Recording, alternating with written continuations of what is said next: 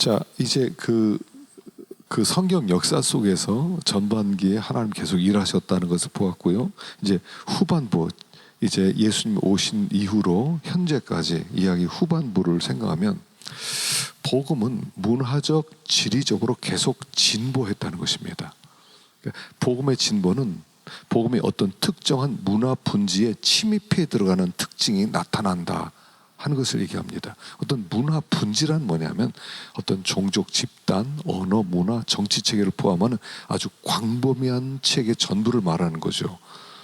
때때로 그 복음의 진보와 복음의 축복은 마치 켈트족처럼 수세기에 걸쳐 특정 종족 집단에게로 흘러들어가고 그 다음에 그들을 통해 흘러나오게 되고, 또 기독교 영역이 점차 넓어지는 지리적인 확장으로 복음의 진보가 이루어지기도 하죠. 예전에 식민지를 이렇게 만들기 위해서 새로운 땅을 많이 개척했을 때 이런 거죠. 그래서 이제 세계 기독교 운동이 문화적으로뿐 아니라 지리적으로 확장되어가는 그런 과정이 있다는 것입니다. 두 번째, 이 후반기를 생각할 때 보보 이론이 있어요. 보보 이론을 거부한다는 겁니다. 이 보보 이론은 뭐냐면 블랭크 아웃, 블랭크 인. 그래서 앞에는 be out o, be o. 그래서 블링크 아웃, 블링크 on. 그러니까 보보 이론은 이렇게 생각하는 사람이 있었다는 거죠. 사도시대 이후에 기독교 선교 운동은 중단되었다는 거예요. 블링크 아웃, 꺼졌다는 거죠. 그리고 새로운 어떤 이제 사역자들이 나와서야 선교가 다시 시작되었다. 블링크 언, 꺼졌다가 시작되었다 하는 게 이제 보보 이론입니다. 이런 보보 이론에 따르면 그 종교개혁 이전에는 선교에 관심이 없었기 때문에 그래서 선교하지 않았다는 겁니다. 선교가 될 수 없었다는 겁니다. 그 얘기는 뭐냐면 마치 이전에는 그러면 성도들이 없었다는 얘기밖에 안 되는 건데 그 말이 안 되죠. 그럼에도 불구하고 선교 운동은 계속 되어졌다 하는 겁니다. 그 루터와 칼뱅 이전 교회를 배교했고 진정한 기독교는 여기저기 핍박받던 소수 사람들에 의해 명맥만 유지됐다고 생각하거든요. 그런데 사도시대와 종교개혁 사이에 하나님이 행하신 엄청난 일들이 있다는 겁니다. 이 시기는 성경의 그 어떤 권능이 유감없이 입증되었던 시대. 그래서 하나님은 그 초대교회 때부터 그 종교개혁 이 시대까지 비록 이제 가톨릭의 잘못된 신학도 있었지만 그 세계 속에서도 여전히 하나님은 엄청나게 일하셨다는 것을 우리에게 말씀을 하고 있고, 또 일하지 않을 때 그들이 하나님의 명령을 따라 일해야 될 사람들이 일하지 않을 때 하나님은 가차없이 그들에게 책망을 하시고 그들에게 축복을 거두가시는 그런 일들이 있었다 하는 것이죠. 세 번째는 그 이후에는 복음의 융성기가 꼭 있었다는 거예요. 이제 각 시대를 400년으로 나누어서 볼 때 각 시대가 마감되어질 때 복음이 아주 융성했어요. 부흥기가 일어나요. 그래서 복음이 부흥할 때 사회 전체 구조 속에 안정과 풍요로움과 활력을 주었던 때라는 겁니다. 이 시기들 속에 복음의 융성함으로 말미암아 하나님은 너희들이 더 복음에 융성했을 때 이제 복음을 더 전하라 하는 그런 메시지가 있다는 거죠. 우리에게 풍성함을 주셨을 때는 이 복을 너만 누리지 말고 나누어라 하는 복음의 융성기가 있고 부흥기가 있는데 이때 일하지 않으면 하나님이 그냥 두지 않았다 하는 얘기입니다. 시대를 구분해 볼 때 이제 로마인 시대입니다. 그래서 0년에서 400년. 그래서 로마 세계에 그 복음이 전해졌어요.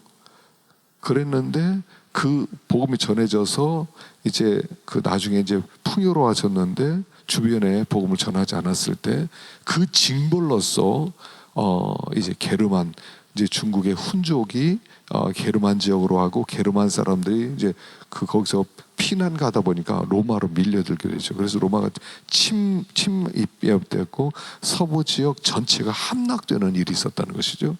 야만족 시대 400년에서 800년 때죠. 고트족이 들어와 신성 로마 제국을 건설하게 됩니다. 근데 그들도 멀리 이제 북방 지역까지는 효과적으로 복음을 전하지 못했다는 거죠. 바이킹족 시대가 800년부터 1200년입니다. 그 이미 기독교화된 그 켈트족과 고트족 야만인들을 침공했는데 그 결과 이제 바이킹족이 그 침공하러 들어와서 그들이 그리스도인이 되는 일들이 있었다는 거죠. 무슬림 시대가 이제 1200년부터 1600년까지입니다. 유럽이 역사상 처음으로 기독교 신앙으로 하나 되어서 이제 무슬림들에게 십자군 전쟁으로 알려진 유사 선교를 시도했는데 대실패로 끝나기 말았죠. 1600년에서 현대까지 와서는 이제 5기에 와서야 땅끝까지 복음을 들고 나가게 되었다는 거죠. 그런데 이 시대 복음 전파는 혼합된 선교적 동기에서 이루어졌다는 거죠. 상업적 이익과 영적 이익이 혼합되어 있어서 어떤 금을 개발해서 더 부자가 되기 위해서 또 그 외국에 있는 동양에 있는 더 좋은 그런 물건들을 가지고 팔고 하는 이런 과정 속에 복음이 함께 선포되게 되었다 하는 것입니다. 그래서 이제 우리가 이것을 자세히 한번 이 시간에는 생각을 해보도록 하겠습니다. 제1기 로마인 선교입니다. 로마인 선교. 이 로마인 선교에 역사상 가장 눈부신 기독교의 승리가 있었다는 거죠. 기독교가 로마 제국을 정복했죠. 이 시기 기독교 성장의 기초가 된 사람들은 주로 유대인 계층들이었습니다. 그래서 그것에 대한 이제 성경에 대해서는 많은 얘기가 있고 특별히 거기에 대해서는 바울이 회심을 한 후에 새 사람이 되고 그로 말미암아 그가 복음을 이제 전하기로 했죠. 그리고 이 시대에 이제 핍박이 시작되면서 비자발적으로 나가는 형태로 여러 지역으로 흩어져서 복음을 전하게 되죠. 특별히 후반기에 핍박을 피해간 아리우스파 그리스도인들이 고트족을 회심시키는데 결정적인 역할을 합니다. 이때 울필라스 앞에 나왔던 패트릭이 포로로 잡혀갔다가 고트족에게 선교 활동을 하고, 이 패트릭은 뭐 가톨릭에서는 막 수호 성인이라고 하죠. 성자가 하죠. 이제 이 사람도 이제 후에 아일랜드 노예로 팔려가서 또 그가 그 복음을 증거하기도 하고 돌아와서 공부한 다음에 다시 그 땅으로 들어가는 그런 선교 역할을 했죠. 로마 제국 초대 그리스도인들은 선교 명령을 수행하기 위해서 아주 기꺼이 근데 의식적으로 선교 활동을 한 적은 거의 없었다는 거예요. 근데 이때 이제 그 313년에 니키아 뭡니까? 밀라노 칙령이 이제 선포되죠. 공포되면서 기독교를 공인하게 됩니다. 국교가 된 게 아니고 공인해. 여러분 공인이라는 게 뭐냐면 그 전까지 기독교는 이단 종파였다는 겁니다. 그래서 기독교에 대한 어떤 보호가 없었고 핍박이 있었고 어떤 특권이 없었는데 그때 뭐 아시는 것처럼 콘스탄틴 대제가 그때 회심을 하게 되죠. 그가 이제 막센티우스하고 전쟁을 하죠. 당시 로마가 네 부분으로 나눠졌어요. 그 네 개 황제가 있었는데 그때 두 황제는 이제 패배하고 이제 둘만 남습니다. 막센티우스하고 그 다음에 콘스탄틴 대제. 둘이 마지막 전투를 하죠. 그 마지막 전투의 전날인가 뭐 그 전투하는 중이라든가 하늘에서 뭐 환상을 보았다고 그러죠. 십자가 환상을 보고 네가 승리하게 될 것이다.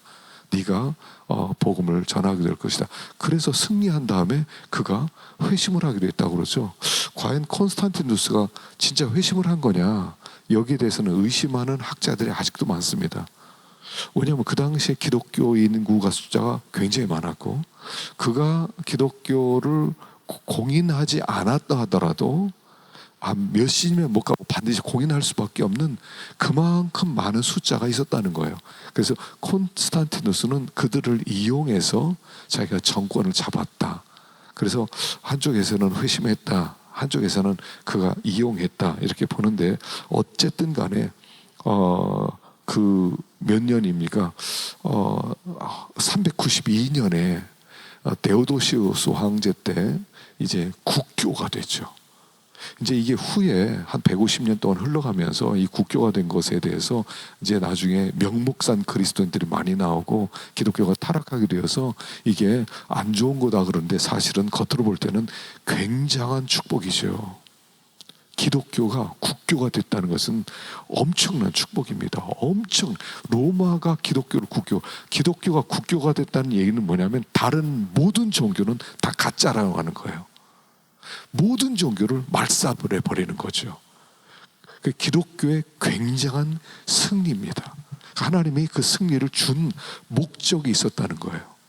그들로 하여금 그 복음을, 그런 황제가 복음을, 예수를 믿고, 그리고 나라 전체가 기독교 국교화 되었을 때 이제 그 힘으로 복음을 전파라는 그런 하나님의 눈에 보이지 않는 메시지, 그 이후로 평화로워지죠. 기독교인들이 그전에 핍박을 받았는데 평화로워집니다.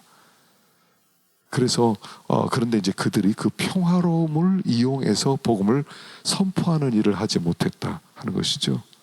그래서 사실 기독교가 국교가 되었을 때 명목상 기독교인들이 생기긴 했지만, 그래도 굉장한 그런 축복이었다 하는 것입니다. 자, 제2기 야만인 선교를 보십시다. 제2기 야만인 선교. 고트족 사람들이 이제 울필라스나 그 패트릭에 의해서 복음을 받아들이고, 물론 그들은 이제 그 아리우스파 신앙의 형태로 그 복음을 받아들이게 되죠. 그리고 이제 그 복음이 들어가서 그들이 예수를 믿게 돼요. 근데 이제 중국의 훈족, 아틸라가 이끄는 훈족이 게르만 민족을 위협하고, 게르만 민족에 있었던 반달족이라든가 고트족이라든가 이런 사람들이 이제 갈 데가 없으니까 밑으로 로마로 밀려 들어온 거죠. 사실은 그들이 정복하려고 했던 게 아니라고 그러죠. 그들이 그 로마 사람들을 부러워해서 자기들도 그렇게 좀 살도록 만들어 달라.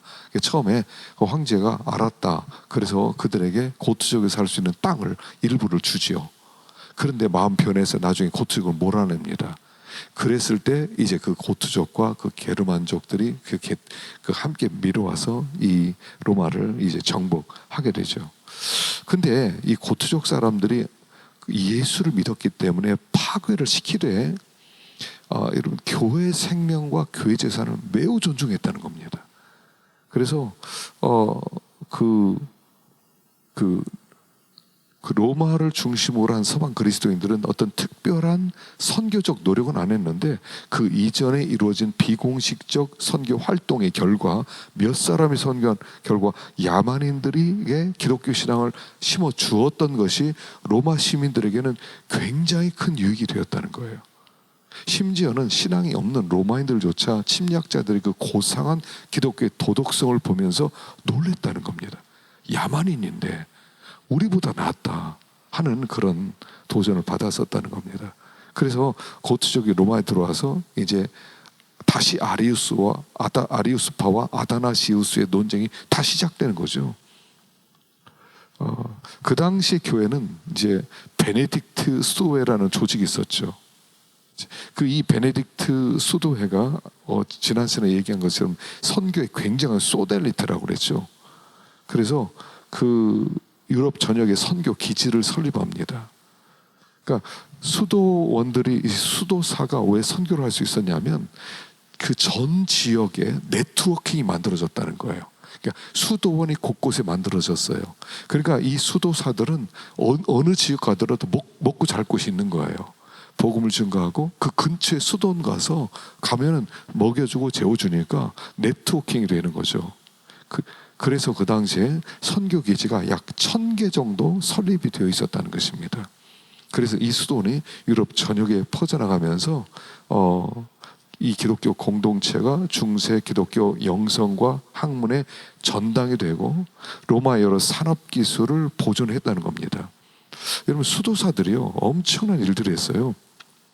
지금 우리가 로마에 대해서 이렇게 잘 알 수 있는 이런 자료들은 다 수도사들이 남겨놓은 자료들이에요. 만약 수도사들이 이런 그 당시에 어떤 책들이나 그 당시에 있었던 역사를 정리를 안 했으면 마치 로마는 지금 이렇게 됐을 거라는 겁니다. 남미에 있었던 마야 문명, 아즈텍 문명, 신비거든요. 기록해 놓은 사람이 없어요. 그 당시에 어떻게 살았는지, 그 당시에 어떤 종교가 있었는지 아무도 몰라요. 왜냐하면 그걸 기록하는 사람이 없어요. 근데 지금 로마에 대해서 우리가 이렇게 잘 알 수 있는 것은 수도사들의 업적이라는 겁니다. 그들이 사본을 보존하고 필사하고, 또 그들이 상업에 대해서, 또는 그들이 의학에 대해서, 그들이 교육에 대해서 굉장히 많은 부분을 아주 그 자료를 많이 남겼죠. 그래서 위튼대의 마크놀 교수는 이런 제목의 그 페이퍼를 썼어요. 수도회 교회 구출.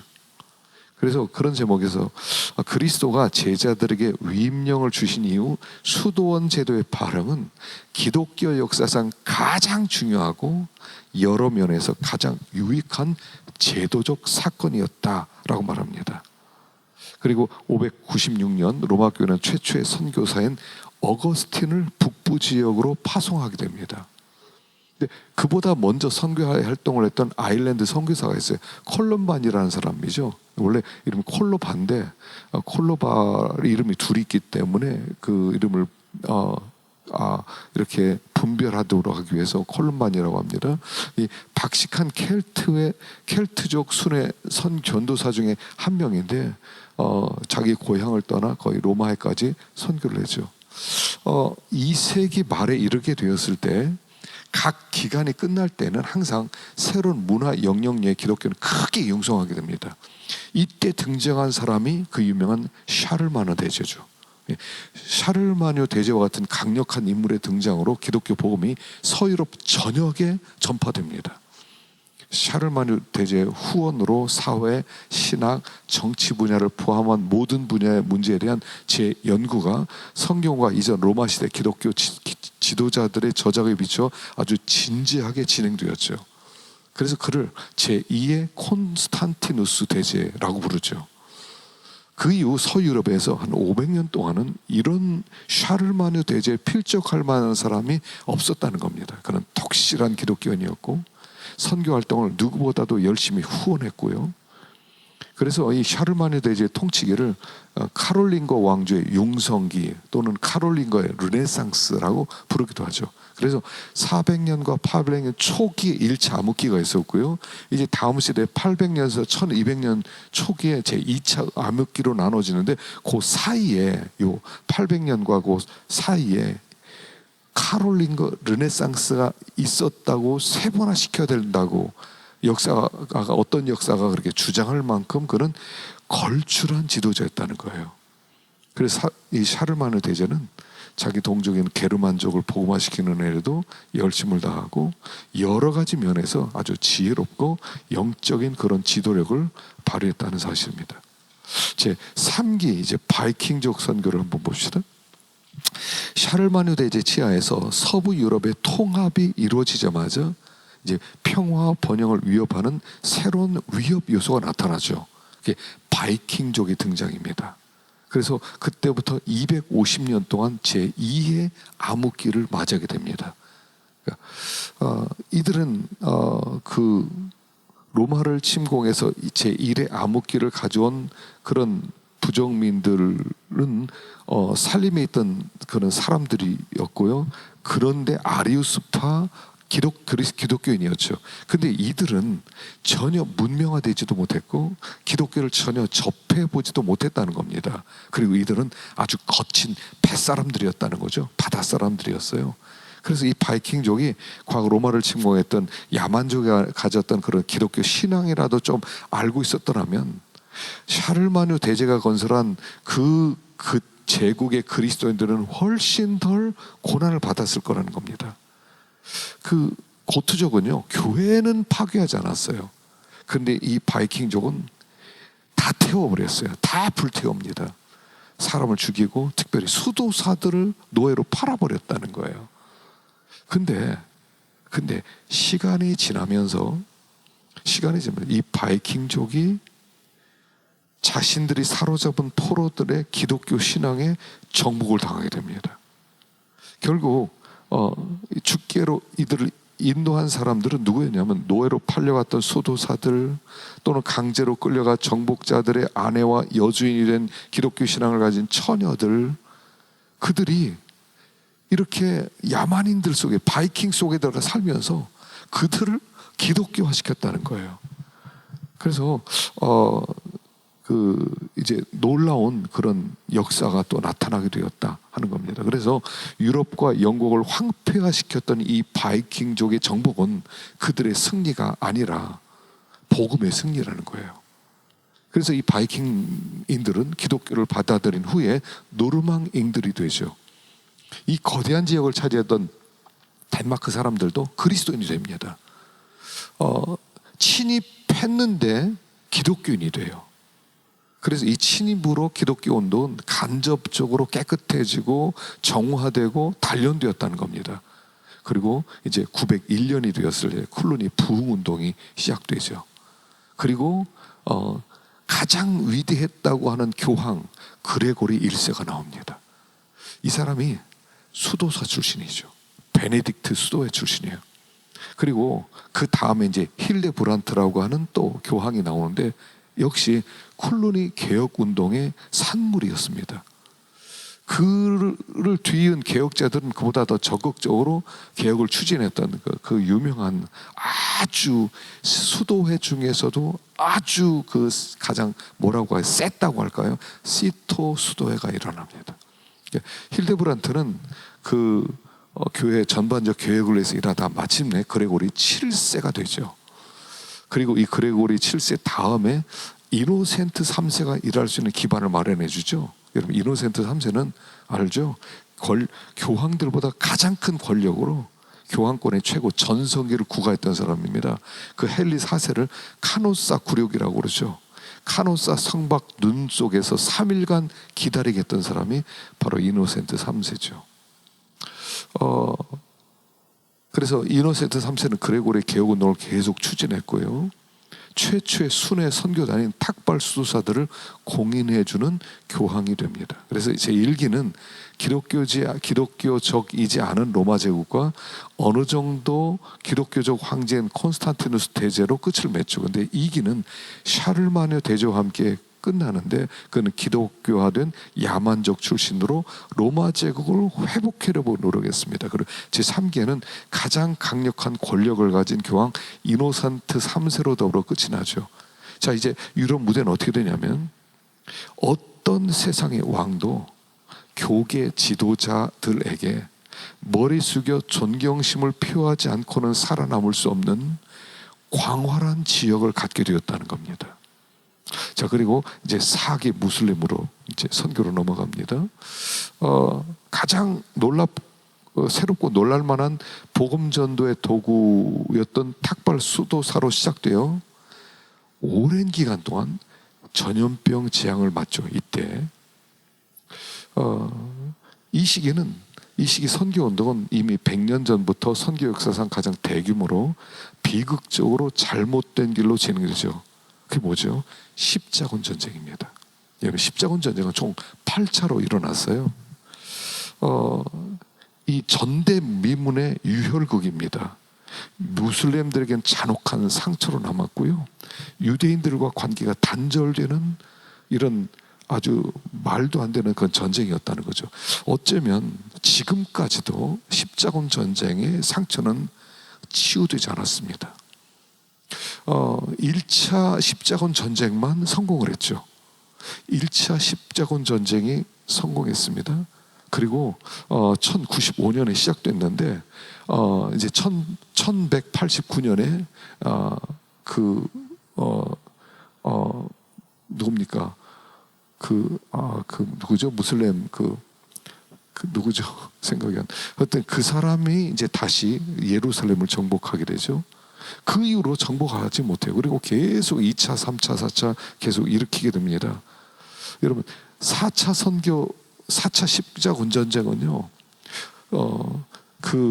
이제 4차 십자군 전쟁 가자 그랬을 때 그 온 사람들이 바닷길을 통해서 가려고 그랬는데 뭐 별로 모인 사람이 없어요. 그러니까 베니스에 배를 빌려서 타고 가야 되는데 배값을 낼 수 없어요. 그래서 그들이 가지 못할 때 그때 이 동방 제국의 황태자가 와서 돈 대주겠다는 겁니다. 배싹 대주겠다. 대신 아르바이트 하나 해라. 뭐냐면 내가 지금 황제가 돼야 되는데 못 되고 지금 황태자다. 그러니까 왕을 몰아내고 나를 황제로 만들어주면 너희들 배싹 대주겠다. 그래서 십자군을 하겠다고 모였던 사람들이 바로 거기에 정치에 관여해서 전쟁을 일으키게 됩니다. 내분을 일으키게 되죠. 그 내분 때문에 동방과 서방은 완전히 나눠지는 거예요. 십자군 전쟁 때문에. 7차 십자군 전쟁에서는요, 소년들이 나서죠.